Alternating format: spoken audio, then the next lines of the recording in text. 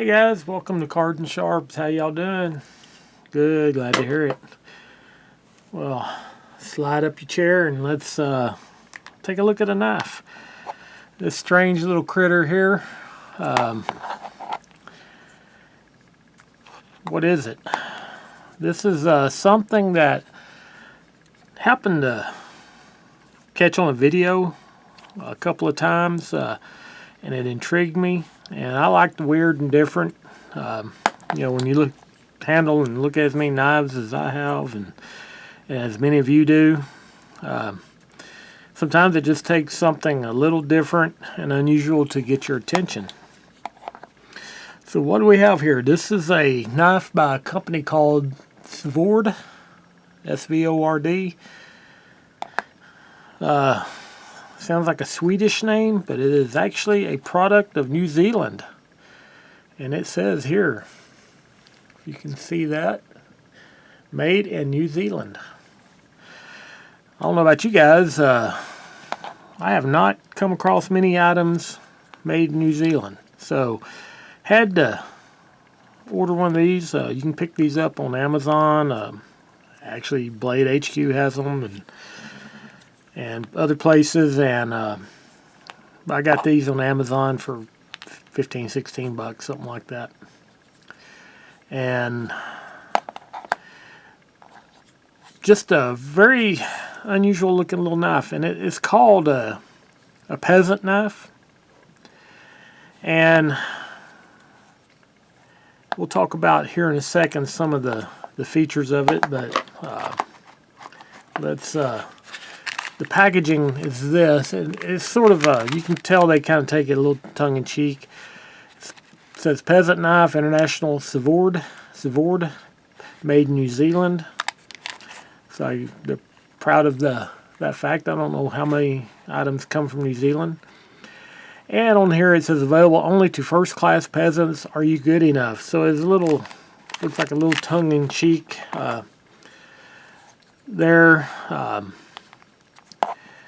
But looking at it, it does look like kind of falls in that inexpensive kind of a peasantry kind of knife. Probably takes its cue from some of the other knives like that we have seen. One that I have that comes to mind that is somewhat similar, being a friction knife, no locking mechanism, no slip joint, anything like that, is Hiko no Kami, which is a Japanese-made, kind of a commoner kind of knife. And it is also just a friction knife. And a couple of similarities are a little tang on the back, where the Hiko no Kami has a smaller tang. Idea is that you put your thumb on there, and that serves as the lock. So when you're using it, to keep the blade from doing a guillotine number on your fingers, your grip is what holds the blade in place. And same thing with this. You can operate it one-handed, and then you can either hold it like that, and your thumb will hold that tang in place while you use the knife, or if you have a firm grip on it like that. One thing right off the bat, when this came out of the package, it was covered in a kind of a grease, kind of reminiscent of cosmoline. I don't know if many of you handled some of the surplus guns and all that, especially the things like Mosins and stuff like that from the old Soviet era. They packed them in cosmoline and kept them from rusting up or corroding over long periods of time. And that might be what these were covered in that for shipping purposes. Since from New Zealand, it probably took a long boat and spent a lot of days in transit to make it to the United States. So I just wiped it down. Didn't use a solvent or anything, because this is a high carbon blade. Specs just show that I found just show it's just stainless, but you can tell it's a high carbon stainless. so probably could rust fairly easily. So like I said, it was packed pretty heavily greased, and I just wiped it off and everything. Action works pretty smooth. You got a pivot screw here you could tighten if you want to tighten that up. Right now it's a pretty easy action, but it doesn't, it holds when you've been there. It doesn't fall out. And then you got that tank falls back there. I've seen some videos where they talked about that being something to get in your grip. Well, if you hold the knife like that, then you're going to feel it a little bit, but it's not uncomfortable or anything like that. I would probably use this knife more like this, with a thumb hold like this, and my hand is missing the tang that's showing there completely.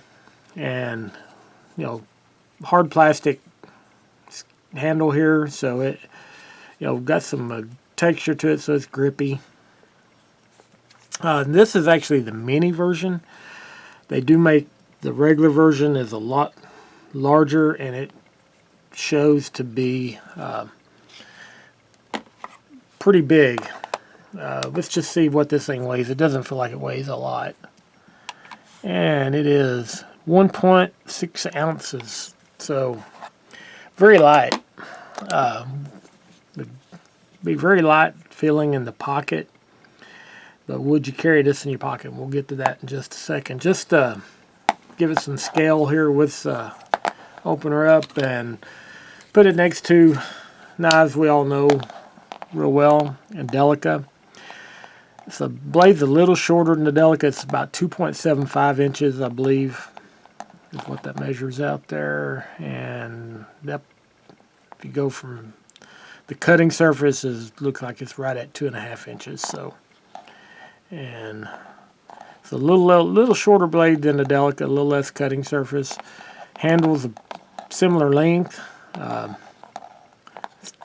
little thicker, but not as wide. And just put up against something else we all know real well, and that's a Rat 2.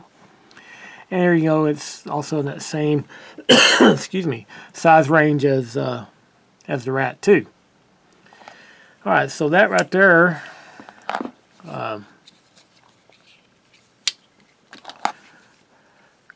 shows you the comparison. Now, I find the Rat and the Delica both to be excellent knives for carrying. Would you put this in your pocket? I doubt it. One, with all the knives I got, I'm going to choose the one that's got a lock blade and all that. So this is more of a novelty item, but is it usable? I will say this: out of the box, it was sharp. It is very sharp. Let's just see, try it on a little piece of paper here.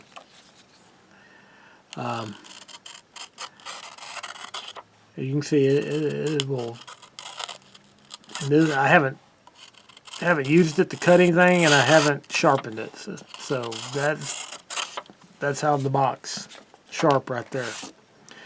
It's so sharp, actually, might be a little toothiness to it, but they ground the edge on that it's razor-like.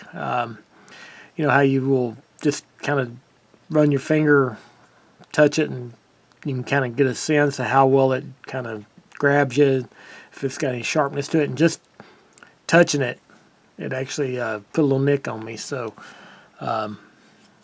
very sharp out of the box. It's high carbon, so probably would not hold the edge as long as a lot of newer, more modern type knives, but also would probably be pretty easy to put another edge on it. So that takes us to where I would use this knife. This would be a knife I would probably stick in a tackle box or in my toolbox that I carry in my car. You're out and need a knife to do something, and or you're fishing or whatever, and you want to reach in tackle box and cut something, it'd be a good knife for that. It'll do that, and you don't have to worry about it opening or anything in there, and as much as you would in your pocket. I'm afraid with that in your pocket, especially that long tang there, it's going to get partially opened or whatever, and you go to and there's no pocket clip, so you're going to be carrying it in your pocket, and you go to reach in there for it, and it's sitting in there like that, and you're going to cut yourself. So I have seen sheaths for these, so I guess the idea is that you can use a sheath, and then you have the tang sticking up, and you can pull it in and out by the tang, and that would be fairly safe. You also see there's a lanyard hole in this tang. I suppose you could attach a lanyard to that, put it in your pocket, and have the lanyard hanging out of your pocket. Instead of reaching in your pocket to retrieve the knife, you could just pull it out by the lanyard, and you'll be pulling it by that tang, which would probably, the pulling action would keep it from opening up completely, and then you could move it to your hand and operate it. Definitely can be operated one-handed, and open and closed easy enough one-handed. So if you were outside working or something, you could use it for that. Still, probably not something I would carry, but for 15, 16 bucks, not a bad knife to throw in the toolbox, tackle box, glove box, have around as a knife that if you lose it, no big loss. If you break it doing something with it, no big loss. It's just a sharp object that will do some cutting and utility work for you. So actually might give it a try on my work table here for opening boxes and that sort of thing. Give it a try doing that. Laying around on the table, don't have to worry about getting lost or anything like that. I can put my other better knives in the storage box and keep them clean and all that, and let this one see how it handles cardboard and daily use and all that. So all in all, just something I wanted to pick up cheap. Just basically spent 15 bucks so I can actually put my hands on it and actually see and feel it and touch it for myself. I've seen videos where folks loved them. I've seen videos where people just did nothing but deride them. I like knives. I'm a knife guy, and I like all kinds of knives. Unusual, weird, good, bad, whatever. I like the unique is also very cool. I love the Hiko no Kami. Makes a good letter opener. So I'll even I like finding uses for knives, not just get them as a curiosity piece, but to actually find use for them and use them, and you get some use out of it. So not the greatest thing in the world, but not too bad either. I'd like to hear from you guys. Have you tried these? Is this something you'd try? I'm going to say I'm not going to recommend this to people for an EDC knife or anything, because I can't imagine wanting to carry this in a pocket. But in a sheath or something like that, it'd be all right, and something interesting to conversation starter. And I'm sure there's places in countries where there's lock blades are not allowed and knives under 3 inches, you got to have a blade under 3 inches. This would be a good alternative there. Kind of a knife for the masses, I guess, and you could see a time when that might have been the case. It's kind of like the Duke. Duke is another I don't have one currently to bring out, but the Duke is another one that's a friction knife that was kind of a poor man's knife. Even, you know, then you got Opinel, which is a kind of a peasant or a commoner type knife, but a lot better engineering in it than what you'll find in this. This is just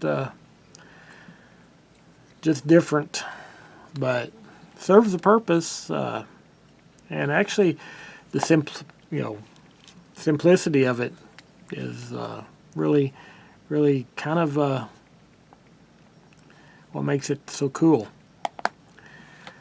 All right, that is it. I have noticed that Svord make some real knives, fixed blades and stuff like that are not in the what you'd call cheap realm. So they do know how to make knives there apparently, and really for what this is, it's pretty cool. Let me hear what you guys think. Is this something you'd pick up? I'd say, hey, it's cheap. You know, if you find it interesting, grab you one, add to your collection. It's a knife that just have something different in the box to look at, and kind of a conversation piece when the guys come around. You know, show it to them, and it's just very kind of a rustic look to the grind and everything. Just really just a lot of interesting look there, and just the beauty and the simplicity, I guess. All right, guys, that is it for the Svord Mini Peasant Knife. And like the box says, first-class peasants, are you good enough? Well, like to see what you think. Are you good enough? All right, guys. We'll see you next time. We got more sharp objects arriving every day, so we'll be looking at something new real soon. See you next time.